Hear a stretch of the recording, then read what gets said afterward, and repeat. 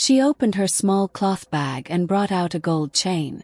It shone softly in the evening light. Obi frowned. "I don't want to buy anything," he said. "It is not for sale," she replied. "It is for you." She placed the chain in his palm. Felt warm. "This chain will bring you wealth," she said. "You will never lack again." Obi laughed bitterly. "Madam, I don't believe in magic."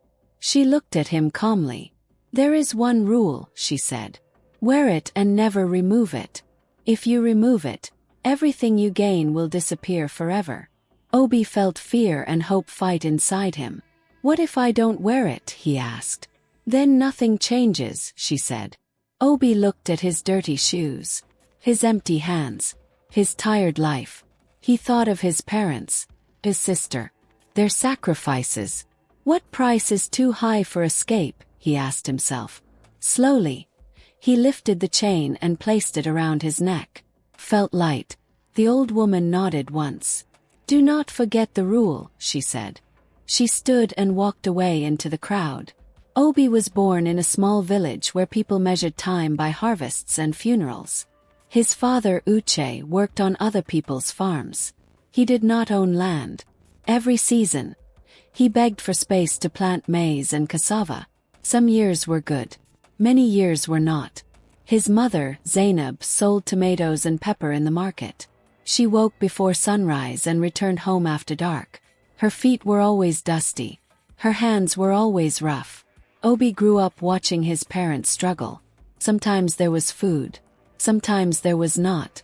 When Obi was a boy, he learned to eat once a day and be grateful. He learned to sleep on an empty stomach and still wake up for school. He learned not to complain. He was a quiet child. He read books when other boys played football. He believed education would save him. Every night his father said the same words. "You will not suffer like us. You will go far." When Obi finished secondary school, his teachers said he was smart. They said he should go to the university. His parents did not know how they would pay, but they said yes. They sold their goat. They sold their radio. They borrowed money from relatives who also had nothing. Obi entered the university with one bag of clothes and big hope in his heart. University life was hard. Sometimes he had no money for food. Sometimes he walked long distances because he could not pay transport. He wore the same clothes for weeks. But he studied. He believed suffering had meaning. Whenever his mother called, she asked, "Are you eating?" Obi always lied. "Yes, Mama." When his father called, he said, "Endure. Your future is waiting." Obi believed him. 4 years later, Obi graduated. The village celebrated like he had become a king. They cooked rice. They slaughtered their last goat. Neighbors came to shake his hand. Children followed him around, calling him Graduate Obi.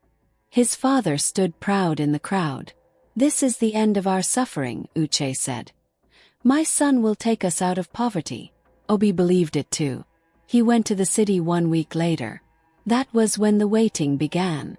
The first year after graduation, Obi searched for work every day. He printed his certificate and CV. He wore his best shirt. He knocked on office doors.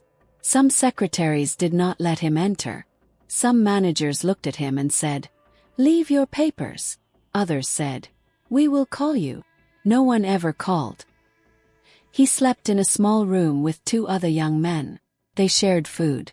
They shared disappointment. Night they talked about dreams. "I will work in a bank," one said. "I will travel abroad," another said. Obi said nothing. At the end of the first year, he had no job and no money. He told his family, "I am close to getting something." It was not true. The second year came. His friend who sheltered him asked him to leave because he could not feed another mouth. Obi moved into a cheaper room. The room had no window. The roof leaked when it rained. He began to skip meals. Sometimes he drank water and slept to forget hunger. His shoes broke. He tied them with string. He still searched for work. By the 3rd year, shame entered his life. He stopped calling home often. He did not want his parents to hear failure in his voice. His younger sister dropped out of school because there was no money. His mother became sick from stress. His father's farm failed after a long dry season. Obi felt responsible. I was supposed to save them, he whispered at night. But he could not even save himself. By the 4th year he stopped believing in tomorrow. He watched people his age drive cars. He saw classmates on social media wearing suits. He saw wedding pictures and baby pictures. He deleted the app from his phone. He started doing small jobs. Carrying goods, washing cars, helping traders in the market. People who once respected him now paid him with coins. Some laughed at him. Graduate without work, they said. By the 5th year, Obi became quiet. He did not dream anymore. He only survived. By the 6th year, something inside him broke. One evening, Obi sat at a bus stop with empty eyes. He had not eaten all day. His clothes smelled of sweat and dust. Rain clouds gathered in the sky. People passed him without looking. He felt invisible. He said quietly, "Why did my parents suffer for me to become this?" That was when he noticed the old woman. She stood across the road watching him. Her back was bent.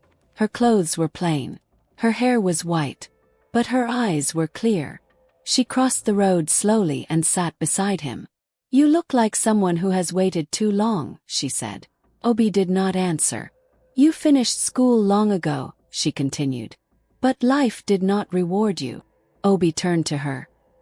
"Who are you?" he asked. "Someone who listens," she replied. She opened her small cloth bag and brought out a gold chain. It shone softly in the evening light. Obi frowned. "I don't want to buy anything," he said. "It is not for sale," she replied. "It is for you." She placed the chain in his palm. Felt warm. "This chain will bring you wealth," she said. "You will never lack again." Obi laughed bitterly. "Madam, I don't believe in magic." She looked at him calmly. "There is one rule," she said. "Wear it and never remove it. If you remove it, everything you gain will disappear forever." Obi felt fear and hope fight inside him. "What if I don't wear it?" he asked. "Then nothing changes," she said. Obi looked at his dirty shoes, his empty hands, his tired life. He thought of his parents, his sister, their sacrifices. What price is too high for escape, he asked himself. Slowly, he lifted the chain and placed it around his neck. Felt light. The old woman nodded once. "Do not forget the rule," she said.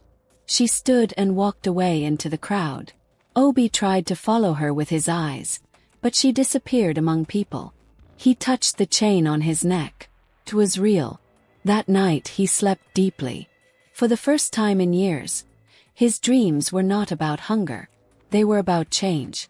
And unknown to Obi, his long season of suffering had reached its end. But another kind of suffering was waiting quietly. Obi woke up the next morning feeling different. Not rich, not powerful, just For the first time in many years, his mind was quiet. His body did not feel heavy. His stomach still hurt from hunger, but his heart felt strange, like something good was close. He touched the gold chain on his neck. It was still there. He remembered the old woman's words.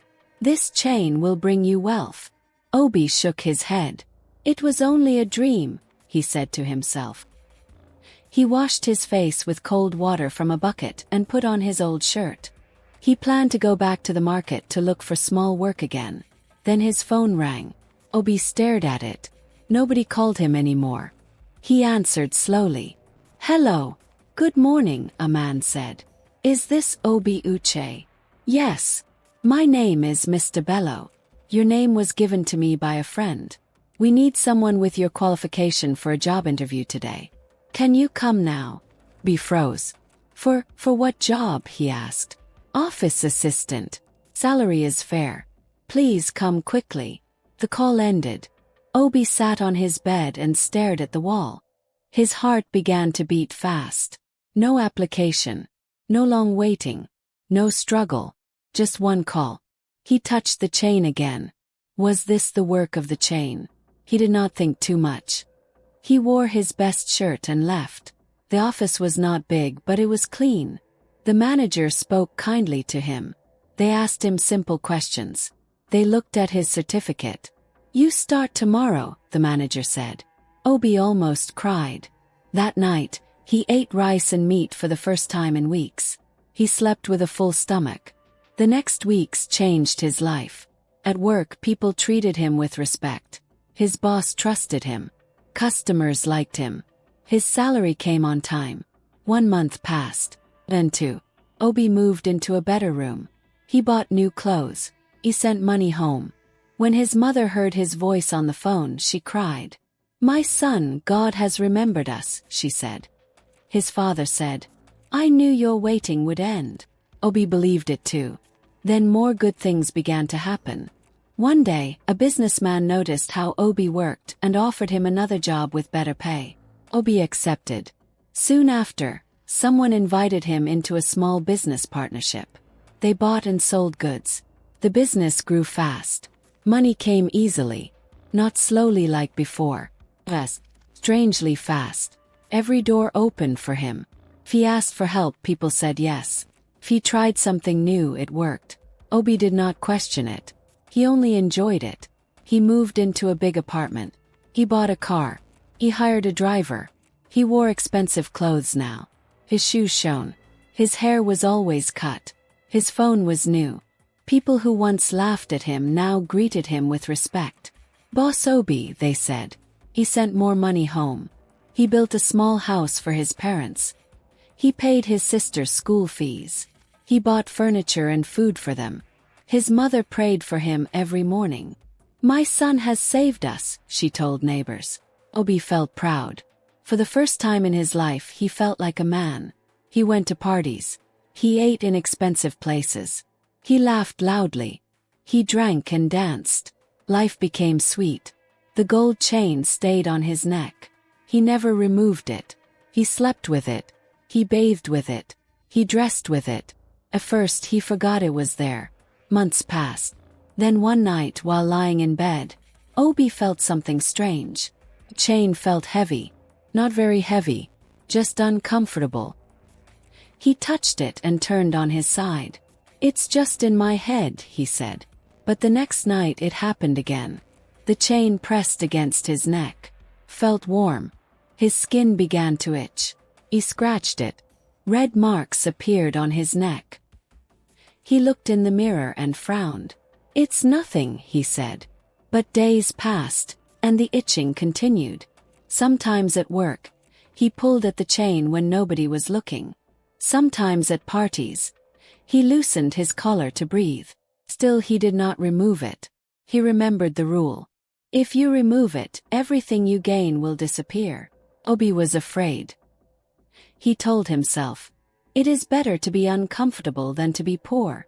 The chain began to feel heavier every week. Not like metal. Wait, like worry. At night he woke up sweating. He felt pressure on his throat. He dreamed of being tied. He went to the hospital. The doctor looked at his neck. "Maybe allergy," the doctor said. "Stop wearing whatever is touching your skin." Obi laughed nervously. "I can't," he said. The doctor gave him cream and tablets. Nothing changed. The skin under the chain became dark. Small bumps appeared. Sometimes pain shot through his neck. Obi started wearing clothes with high collars. He hid his neck. His friends noticed. "You always touch your neck," one said. "I'm fine," Obi replied. But he was not fine. His wealth continued to grow. His peace continued to shrink. One night, he stood alone in his big house. Music played softly in the background. Expensive furniture surrounded him. But he felt empty. He held the chain and whispered, "Why are you hurting me?" There was no answer. He thought of the old woman. He wished she would return. He wanted to ask her one question. "How long must I suffer for this money?" But she never came. The chain grew heavier. Sleeping became hard. Breathing became hard. He began to fear the night. Yet every morning, he put on his fine clothes, entered his car, and smiled for the world. Nobody knew what was happening inside his shirt. Obi had everything he once prayed for: money, respect, comfort. But slowly, quietly, something was taking his peace away. And the price of his miracle had started to show. The chain did not stop growing heavier. First it was only discomfort. Then it became pain. Every morning Obi woke up tired. His neck felt stiff. His chest felt tight. Sometimes he gasped for air in his sleep and woke up coughing. He began to fear going to bed. Night was no longer for rest. Night became a battle. When he lay down, the chain pressed against his throat. It felt like someone's hand was there, squeezing slowly. He turned from side to side, but the feeling did not go away. He dreamed of drowning. He dreamed of being buried. He dreamed of ropes around his neck. When he woke up, his pillow was wet with sweat. He started losing weight. Not because he wanted to, but because food no longer gave him joy. Even at expensive restaurants, his mind was not there. Friends noticed. "You look tired," one said. "Too much work," Obi replied. But it was not work. It was the chain. The skin on his neck became worse. The bumps grew bigger. Some days they burned like fire. Other days they felt numb. He stopped wearing shirts with open collars. He wore thick clothes even when the weather was hot. He avoided mirrors. Sometimes he stood in the bathroom and looked at himself. Rich man. Sick man. His house was big. But his heart was small. One night, Obi sat alone in his living room. The lights were off. Only the moonlight came through the window. He removed his shirt and looked at the chain in the mirror. His neck was dark and swollen. The chain looked tighter than before. He tried to lift it slightly. Pain shot through his body. He dropped it and cried out. Tears came to his eyes. "Why is this happening?" he whispered. He remembered the old woman's words. "If you remove it, everything you gain will disappear." He laughed softly. "So this is the price," he said. "Money for pain. Wealth for suffering." He thought of his old life. Hunger. Shame. Waiting. He thought of his parents' smiling faces when he built their house. He thought of his sister going back to school. "What will happen to them if I remove it?" he asked himself. Fear filled his chest. That night he could not sleep at all. He walked around his house like a ghost. In the morning he went to the hospital again. This time he saw a different doctor. The doctor touched his neck carefully. "You must remove this chain," the doctor said. "Your skin is damaged. Your breathing is affected. This can become dangerous." Obi shook his head. "I can't," he said. The doctor looked confused. "You must," he said. "Your life is more important than jewelry." Obi left the hospital without answering. In his car, he sat for a long time without starting the engine. "My life," he whispered. For the first time, he asked himself a question he had been avoiding. What is the use of all this money if I cannot breathe? That night, he called his mother. "Mama," he said, "are you happy?" "Yes, my son," she replied. "We eat well now. We sleep well. God bless you." Obi closed his eyes. "Would you still love me if I became poor again?" he asked. There was silence. Then she said, "You are my child. Money did not give birth to you. I did." Her words cut deep into his heart. He lay on his bed and stared at the ceiling. For the first time since the chain entered his life, he touched it without fear. He wrapped his fingers around it. His heart beat fast. "If I remove you," he whispered, "I lose everything." The chain felt heavy. He struggled to breathe. "And if I keep you," he said, "I lose myself." Tears ran down his face. He remembered the 6 years of suffering. He remembered begging. He remembered hunger. He also remembered the peace he once had when he had nothing. That night Obi made a choice. With shaking hands, he lifted the chain over his head. The moment it left his neck, he fell to the floor. Air rushed into his lungs. His body felt light. The pain vanished. For the first time in months, his neck felt free. He lay on the cold floor and laughed and cried at the same time. I can breathe, he said. He slept deeply that night. No dreams of ropes. No dreams of drowning. Asleep. In the morning his phone rang many times. He ignored it at first. Then he checked the messages. One bank message. Then another. Then another. His accounts were frozen. His business partner called. Obi, there is a problem, the man said. Our deal failed. We lost everything. Another call came. Your car is being taken back. Payment stopped. Another message came. The house documents are under review. By afternoon his world collapsed. His businesses failed. His money disappeared. His cars were taken. His house was claimed. People who once greeted him stopped calling. Friends vanished. By evening, Obi sat in an empty room with one small bag of clothes. He touched his neck. There was no chain. Only dark marks remained. Tears fell. I made the right choice, he whispered. But why does it hurt so much? The next day, he went to where he first met the old woman. He sat at the bus stop and waited. Morning passed. Afternoon passed. Evening came. She did not appear. The next day he came again. Nothing. 1 week passed. 2 weeks passed. No old woman. No chain. One night he searched his bag. It was not there. He searched his room. It was not there.